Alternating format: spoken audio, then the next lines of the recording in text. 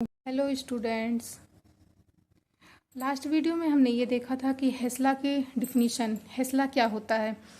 हेसला वो होता है कि कोई भी टोटल अमाउंट ऑफ हीट किसी भी रिएक्शन से इवॉल्व हो रही है, एब्जॉर्ब हो रही है। तो वो रिएक्शंस एक स्टेप में हो या कई स्टेप्स में हो, मोर देन वन स्टेप, जो इंथैल्पी होती है वो सेम होती है। दोनों रिएक्शंस की इंथैल्पी क्या होगी? सेम होगी। अगर रिएक्शन एक स्टेप में हो या कोई reaction more than one step में हो तो एंथैल्पी चेंज दोनों रिएक्शंस में क्या होगी? सेम होगी। ये हमारा क्या है? हेसला की डिफिनीशन है। अब हम देखते हैं एप्लीकेशन ऑफ हेसला क्या है। ठीक है, फर्स्ट एप्लीकेशन इसकी ये है कि calculation of heat of A reaction. This law can be used for the calculation of enthalpy of extremely difficult reactions. ठीक है, ये जो लॉ होती है हेसला वो अप्लाई होती है जो एक्सट्रीमली डिफिकल्ट रिएक्शंस होते हैं उसकी एंथैल्पी को कैलकुलेट करने में अप्लाई होती है। ठीक है, ये फॉलोइंग रिएक्शंस हैं, जैसे C+12O2 क्या हो गया? CO गैसेस, इसकी एंथैल्पी क्या है? x किलोकैलोरी, ये जो कि हमें पता नहीं है, कैलकुलेट करना है। तो हम क्या करेंगे? हेसला को यूज करके इस रिएक्शंस की हीट ऑफ रिएक्शंस को कैलकुलेट करेंगे।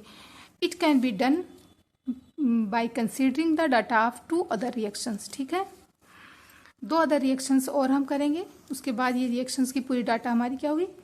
कैलकुलेट होगी। देखिए C+12O2 gases, CO delta H1 कितना है? x kilo calorie. CO again CO क्या होगा? हमारा हाफ O2 से रिएक्ट करेगा तो क्या बनेगा? CO2 गैस डेल्टा H2 मान लिया हमने, उसके -68.05 किलो कैलोरी। ये हो गया हमारा 2 स्टेप्स का रिएक्शन CO2 का फॉर्मेशन के लिए। अब CO2 के फॉर्मेशन के लिए वन स्टेप हम रिएक्शन देखते हैं। C+O2 क्या हो गया? CO2, ये वन स्टेप में कंप्लीट हो गया, CO2 का फॉर्मेशन हो गया।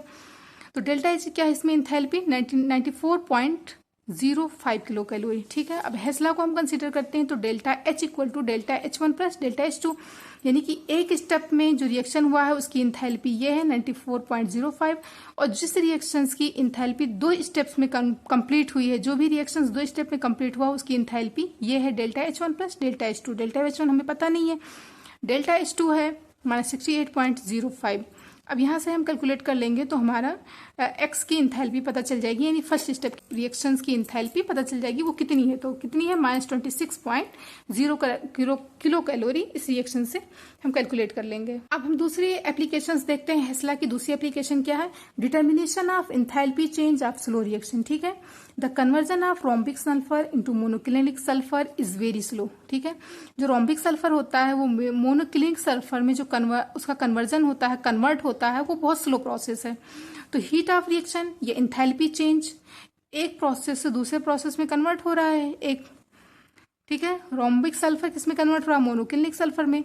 तो उस बीच में जो रिएक्शंस होगी या इंथैल्पी चेंज किया होगा उसको हम कैलकुलेट करते हैं विद द हेल्प ऑफ हेसला से। एस रोम्बिक प्लस O2 क्या हो गया? SO2 को फॉर्मेशन हुआ सल्फर डाइऑक्साइड, डेल्टा H1 यानी एंथैल्पी कितनी है इसकी? 297.5 kilo calorie. S monoclinic O2 convert हुआ SO2, डेल्टा H2 कितना है? -300 किलो कैलोरी। अब substituting equation 2 from equation 1 we get S rhombic यानी एस मोनोक्लिनिक। तो heat of reaction delta H कितना हो जाएगा? Minus delta H1 plus delta H2। ये अगर हमारा रिवर्स रिएक्शन के लिए है। ठीक है, इसको हम कहाँ कंसिडर करते हैं? डेल्टा H2 को रिवर्स रिएक्शन। अभी आगे हम देखते हैं delta H equal to -297.5 kilo calorie, okay, plus 300 कैसे होगा? क्योंकि अगर ये रिवर्स रिएक्शन होगा और SO2 जो सल्फर डाइऑक्साइड है ये रिवर्स करेंगे इस मोनोक्लिनिक प्लस O2 में, तो क्या हो जाएगा रिएक्शन? ये सिंबल जो हमारा है चेंज हो जाएगा, पॉजिटिव आ जाएगा। तो कितनी वैल्यू आएगी डेल्टा H की? 2.5 किलो कैलोरी। या फिर इसको हम इस तरह से निकाल सकते हैं, delta H equal to delta H1 plus delta H2 -297.5 minus, और डेल्टा H2 की वैल्यू कितनी थी? माइनस थी, -300, -297.5 प्लस 300 कितना हो जाएगा? 2.5 किलो कैलोरी। इस तरह से भी हम निकाल सकते हैं। दोनों प्रोसेस है, दोनों प्रोसेस से भी हम कैलकुलेट कर सकते हैं एंथैल्पी चेंज। जब रोम्बिक सल्फर मोनोक्लिनिक सल्फर में कन्वर्ट हो रहा है उस टाइम कितनी एंथैल्पी चेंज होगी? दोनों प्रोसेस है, दोनों प्रोसेस से आप कैलकुलेट कर सकते हैं। आते हैं थर्ड एप्लीकेशन। थर्ड एप्लीकेशन इसकी क्या है? हेसला की कैलकुलेशन ऑफ एंथैल्पी यानी कि heat of formation. The enthalpy of formation of a compound can be calculated by applying Hess law when it is not possible to determine experimentally, ठीक है। किसी भी कंपाउंड की इंथैल्पी का फॉर्मेशन हम हेस लॉ को अप्लाई करके कैलकुलेट कर लेते हैं, जब कि एक्सपेरिमेंटली वो पॉसिबल नहीं हो कि इसकी इंथैल्पी फॉर्मेशन, किसी भी कंपाउंड की इंथैल्पी ऑफ फॉर्मेशन पॉसिबल नहीं हो कैलकुलेट करना, तो उस टाइम हम हेस लॉ को अप्लाई करके उसकी इंथैल्पी चेंज को हम कैलकुलेट कर लेंगे।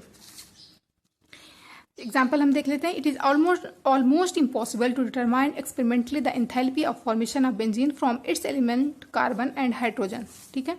Therefore in order to determine enthalpy of formation we have to consider 3 thermochemical equation. Benzene को हम देख लेते हैं कि बेंजीन का फॉर्मूला क्या होता है, C6H6। जब उसी के एलिमेंट से उसका फॉर्मेशन पॉसिबल नहीं है एक्सपेरिमेंटली, उसको हम हेस लॉ को अप्लाई करके कैलकुलेट कर लेते हैं, जो 3 स्टेप्स में होगा। The thermochemical equation with the known value of delta H are given below. C6H6 plus 15/2 O2, 6 CO2 gaseous plus 3 H2O liquid, delta H1 कितना है, -3267.7 किलो जूल।